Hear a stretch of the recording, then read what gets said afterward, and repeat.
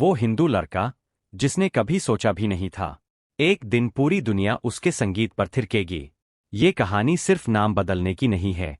मैंने अपने डैड को ये सब करते हुए देखा था, प्ले, कंपोज। बाहर की दुनिया का तो हमें पता ही नहीं था कि बाहर भी एक दुनिया है। हमारी यही दुनिया थी, जिसमें म्यूजिशियंस थे, प्रोड्यूसर्स थे, डायरेक्टर्स थे, बस यही लोग थे।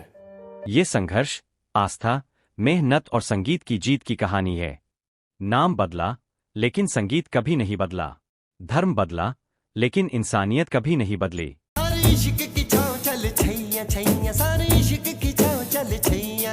1967 चेन्नई की गलियों में एक साधारण हिंदू परिवार में जन्मा एक बच्चा। उसका नाम था दिलीप कुमार। पिता आर के शेखर खुद एक म्यूजिक कंपोजर थे। मात्र 4 साल की उम्र में दिलीप पियानो बजाने लगा। पिता के स्टूडियो में बैठकर वो कीबोर्ड पर उंगलियां फिराता और संगीत की दुनिया में खो जाता।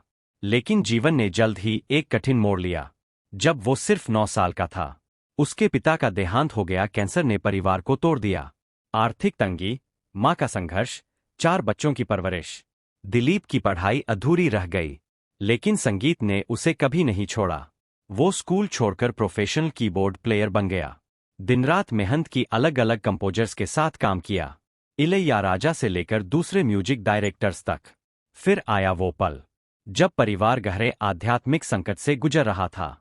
मां, जो खुद एक प्रैक्टिसिंग हिंदू थीं, एक सूफी संत से मिलीं। उस सूफी पथ ने उन्हें अंदर से शांति दी। दिलीप और पूरा परिवार उस शांति को महसूस करने लगा। 23 साल की उम्र में दिलीप कुमार ने फैसला लिया। उन्होंने सूफी इस्लाम अपनाया, नाम बदला और एक हिंदू ज्योतिषी ने ही सुझाया, रहमान। मां ने सपने में अल्लाह रखा देखा। इस तरह दिलीप कुमार बन गए अल्लाह रखा रहमान, या दुनिया जिसे प्यार से कहती है AR रहमान। जो ये समझ चुके हैं कि इंटरनेशनल म्यूजिक कैसा होना चाहिए। पिता के मौत के बाद उनके जो वाद्य यंत्र यानी इंस्ट्रूमेंट थे, उसे किराए पर देकर उनके परिवार का गुजारा होता। लेकिन इस किराए से घर का गुजारा होना काफी मुश्किल था। परिवार की हर जरूरत को पूरा करने के लिए रहमान की मां कस्तूरी जी दिन रात कड़ी मेहनत करती। बाद में सब कस्तूरी जी को करीमा के नाम से पहचानने लगे। घर की आर्थिक स्थिति ठीक न होने की वजह से रहमान ने अपनी पढ़ाई बीच में छोड़ दी और अपने बचपन के दोस्त तबलावादक Sivamani, John Anthony, Suresh Peter और जोजुआ राजा के साथ मिलकर अपना एक रॉक ग्रुप बनाया और उसका नाम नेमेसिस एवेन्यू रखा। आज जो रहमान पियानो, सिंथेसाइजर, हारमोनियम और गिटार जैसे वाद्य यंत्र के ज्ञाता कहलाते हैं, इसके पीछे उनके बरसों की मेहनत और लगन छुपी हुई है। ओ जा जाने मन, तू ही मेरा दिल, तुझ बिन। इन सब वाद्य यंत्रों में रहमान ने खासकर सिंथेसाइजर में महारत हासिल की है। बचपन से ही रहमान को संगीत में दिलचस्पी थी। उन्होंने 11 साल के उम्र में ही मास्टर धनराज से प्रशिक्षण लिया था। आगे चलकर अपने पिता के दोस्त एम. के अर्जुन के साथ मिलकर मलयालम ऑर्केस्ट्रा में भी काम किया। आज जो रहमान पियानो, सिंथेसाइजर, हारमोनियम और गिटार जैसे वाद्य यंत्र के ज्ञाता कहलाते हैं, इसके पीछे उनके बरसों की मेहनत और लगन छुपी हुई है। संगीत रहमान को विरासत में मिली थी। अपने पिता से प्रेरणा लेकर संगीत को बारीकियां से सीखने में कभी लापरवाही नहीं की। जाकिर हुसैन, एल शंकर, रमेश नायडू, राजकोटी, धमिस विश्वनाथन और इलैयाराजा जैसे दिग्गजों के साथ रहमान ने काम किया।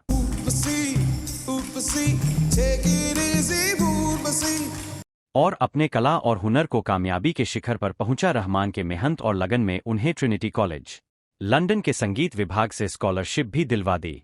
रहमान का संगीत के प्रति लगाव इतना गहरा था कि कोई भी चुनौती उन्हें झुका नहीं पाई, और इसी के दम पर कभी बड़े संगीतकारों के लिए काम करने वाले रहमान हिंदुस्तान के फिल्म इंडस्ट्री के संगीतकारों में सबसे बड़े मशहूर संगीतकार बने।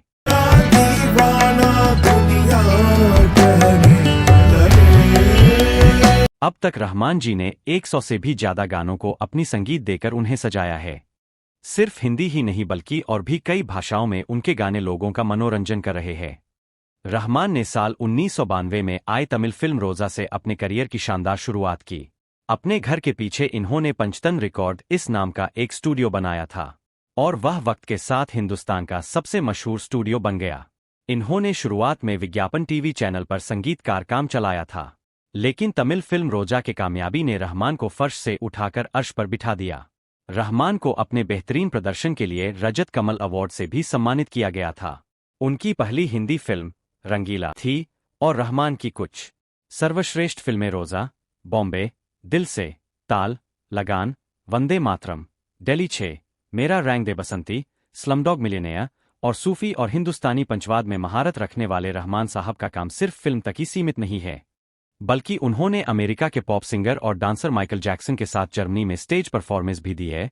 तो इसी के साथ रहमान जी ने प्रधानमंत्री डॉक्टर मनमोहन सिंह और अमेरिकी राष्ट्रपति बैरक ओबामा के लिए वाशिंगटन के व्हाइट हाउस में परफॉर्मेंस भी की है। दिल से रे,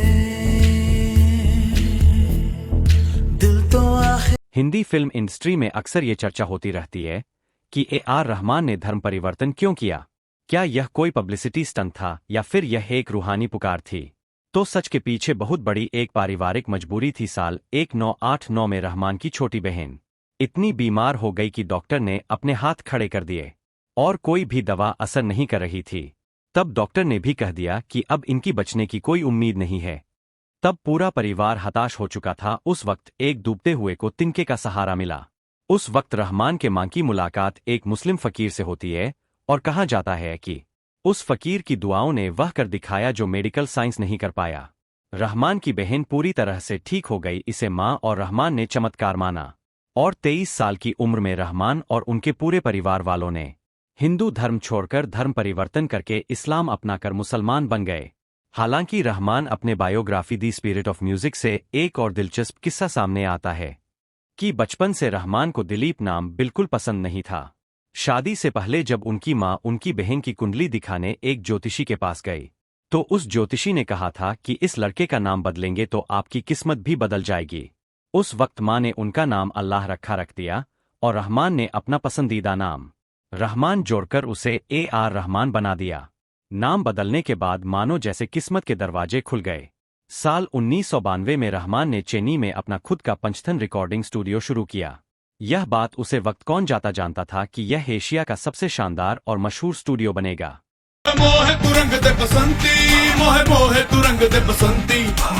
हिंदी फिल्म इंडस्ट्री में लोगों को ऐसा लगता था कि ए.आर. रहमान का म्यूजिक सिर्फ साउथ इंडस्ट्री में ही चलेगा और हिंदी फिल्म इंडस्ट्री वालों को यह हजम नहीं होगा। लेकिन राम गोपाल वर्मा ने यह रिस्क लिया। 1994 में आई अपनी फिल्म रंगीला के लिए प्रोड्यूसर अनु मलिक को साइन कर चुके थे, लेकिन राम गोपाल वर्मा जिद पर अड़े रहे और रहमान को साउथ इंडस्ट्री से हिंदी फिल्म इंडस्ट्री में ले आए। इसका रिजल्ट यह रहा कि रंगीला के म्यूजिक ने पूरे देश को नचा दिया और रहमान को अपना पहला फिल्म फेयर अवार्ड भी मिल गया।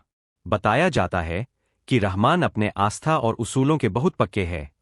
इसका सबूत मिलता है कि दीपा मेहता की साल 1996 में की विवादित फिल्म फायर के किस्से से इस फिल्म का कंटेंट होमोसेक्सुअलिटी पर था, जिसे लेकर पूरे देश में हंगामा मचा हुआ था। जब दीपा मेहता ने प्रोड्यूसर से कहा कि मुझे संगीतकार के तौर पर ए.आर. रहमान चाहिए, दीपा की यह बात सुनकर प्रोड्यूसर हंसने लगे और उन्होंने कहा कि रहमान बहुत कंजर्वेटिव माइंड के आदमी है और वह ऐसी फिल्मों में कभी काम नहीं करेंगे।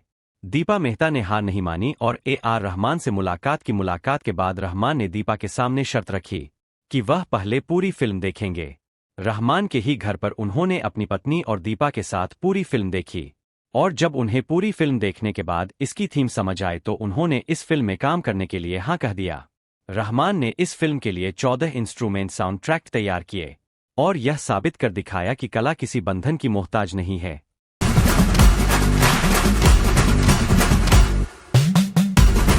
रहमान का कॉन्फिडेंस किस लेवल का था, इसका अंदाजा साल 2009 के king of pop Michael Jackson के इस किस्से से लगता है।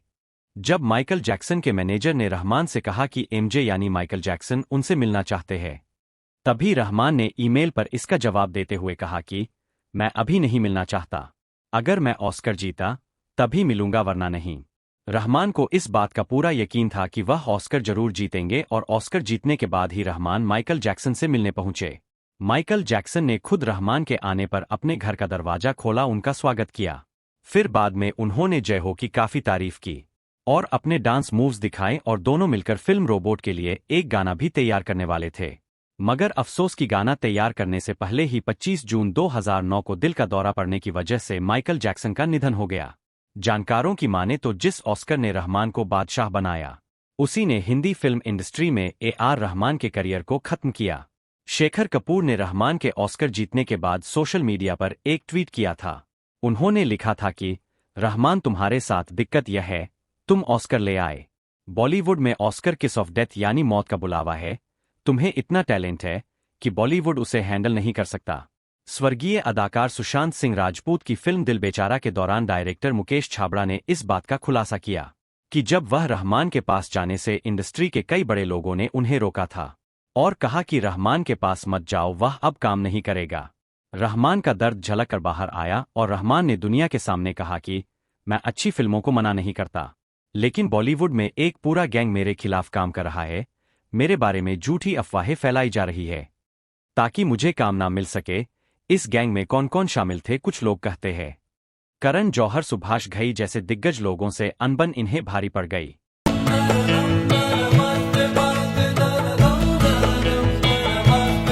करण जौहर ने अपने फिल्म कल हो ना हो के लिए रहमान को अप्रोच किया था, लेकिन रहमान ने अपने गानों की पब्लिशिंग राइट्स अपने पास रखना चाहते थे, जो कि करण जौहर को मंजूर नहीं था। और तभी करण जौहर ने रहमान को हटाकर रातों रात शंकर एहसान लॉय को साइन कर लिया। इसके अलावा एक वजह यह भी थी कि रहमान ने चेन्नई में अपना वर्ल्ड क्लास म्यूजिक स्टूडियो बनाया था और यह चाहते थे कि बॉलीवुड वाले रिकॉर्डिंग के लिए चेन्नई इनके स्टूडियो में ही आए।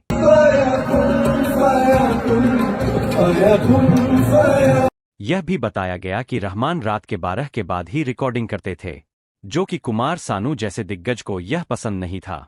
इन सभी वजह से बॉलीवुड वालों ने धीरे धीरे रहमान के लिए अपने सारे दरवाजे बंद कर दिए। फिर साल 2010 के बाद इन्हें रॉकस्टार, तमाशा, हाईवे और अतरंगी रे जैसे कुछ चुनिंदा फिल्मों में ही काम करने का मौका मिला। करियर के उतार चढ़ाव के बीच में जिंदगी बिखर गई। साल 1995 में सायरा बानो के साथ घरवालों के रजामंदी के साथ अरेंज्ड मैरिज हुई। शादी के वक्त रहमान ने अपनी मां के सामने 3 शर्तें रखी थी। यही कि लड़की पढ़ी लिखी हो, संगीत पसंद हो और उसमें विनम्रता हो। रहमान की मां ने सायरा बानो को चुना, जो गुजरात से बिलोंग करती थी। रहमान ने अपने पहले मुलाकात पर सायरा को एक अजीब शर्त बताई। उन्होंने कहा कि हम साथ में अगर खाना खा रहे हो और मुझे अचानक कोई धुन सूची हो तो मैं खाना बीच में छोड़कर चला जाऊंगा। सायरा ने रहमान की शर्त को कबूल किया। रहमान के 3 बच्चे हैं, 2 बेटियां खदीजा और रहीमा और 1 बेटा है अमीन। लेकिन शादी के 29 साल बाद वकीलों के बयानों और रहमान के सोशल मीडिया पोस्ट ने इस बात की पुष्टि की है कि शादी के 29 साल बाद इनका रिश्ता टूट चुका है। रहमान ने सोशल मीडिया पर ट्वीट करते हुए लिखा है कि इन्हें उम्मीद थी कि यह शादी के 30 साल जरूर पूरे करेंगे, लेकिन ऐसा नहीं हो सका। एक तरफ हैरान कर देने वाली बात यह भी थी कि रहमान के सोशल मीडिया पर अपने तलाक की बात बताने के कुछ ही घंटों बाद ही इनकी ग्रुप की में लीड मेन गिटारिस्ट मोहिनी ने भी अपने पति से अलग होने का ऐलान कर दिया। सोशल मीडिया पर इन दोनों घटनाओं को जोड़कर देखने लगे और तरह तरह के सवाल और अफवाहें भी उठने लगे। हालांकि इस बात में कितनी सच्चाई है यह तो वक्त ही बताएगा। दिल से रे दिल तो आखिर रहमान के पास 2 Oscar, Grammy, golden globe, BAFTA awards, national award जीत चुके हैं। इसी के साथ रहमान को मॉरिशस नेशनल अवार्ड और मलेशियन अवार्ड्स, इन्हें 4 बार नेशनल अवार्ड से सम्मानित किया गया और 6 बार यह तमिलनाडु के स्टेट अवार्ड जीत चुके हैं। और फिल्म फेयर अवार्ड की सूची काफी लंबी है। भारत सरकार ने इन्हें पद्मश्री पुरस्कार से भी सम्मानित किया। कनाडा के मरकाम शहर में AR रहमान के नाम पर एक रोड भी बनाई हुई है। रहमान दुनिया के टॉप 10 संगीतकारों में गिने जाते हैं। लेकिन क्या यह हिंदुस्तान के लिए बेहद ही शर्मनाक बात है कि जिसके टैलेंट को पूरी दुनिया पूजती है, उसे हमारे अपने हिंदुस्तानी फिल्म इंडस्ट्री में गैंग सजम और पॉलिटिक्स का शिकार बना दिया। इनके धुन आज भी रूह में उतरते हैं, चाहे वह फिल्म रॉकस्टार का कुन फाया कुन हो या फिर माँ तुझे सलाम। अफसोस कि हिंदी फिल्म इंडस्ट्री ने इस नायब हीरे की कदर नहीं कर पाया। सिर्फ हिंदुस्तानी सिनेमा में ही नहीं बल्कि विश्व सिनेमा में भी AR रहमान का नाम बड़े गर्व से लिया जाएगा। और AR रहमान ने अपनी मेहनत और लगन के दम पर फर्श से लेकर अर्श तक अपने कामयाबी का डंका बजाया है, जिसकी वजह से रहती दुनिया तक उनका नाम इतिहास के सुनहरी पन्नों में लिखा जाएगा। तो दोस्तों, यह थी एक हिंदू बच्चा जो एस दिलीप से दुनिया का सबसे बड़ा और मशहूर गीतकार, संगीतकार और म्यूजिक प्रोड्यूसर AR रहमान बनने का जिंदगी के संघर्ष भरे जीवन का परिचय। वीडियो देखने के लिए बहुत बहुत धन्यवाद। अगर आपको यह पसंद आया तो कृपया लाइक करें और ऐसी ही और वीडियो के लिए सब्सक्राइब करना ना भूलें। तो मिलते हैं ऐसे किसी और वीडियो में, तब तक के लिए धन्यवाद।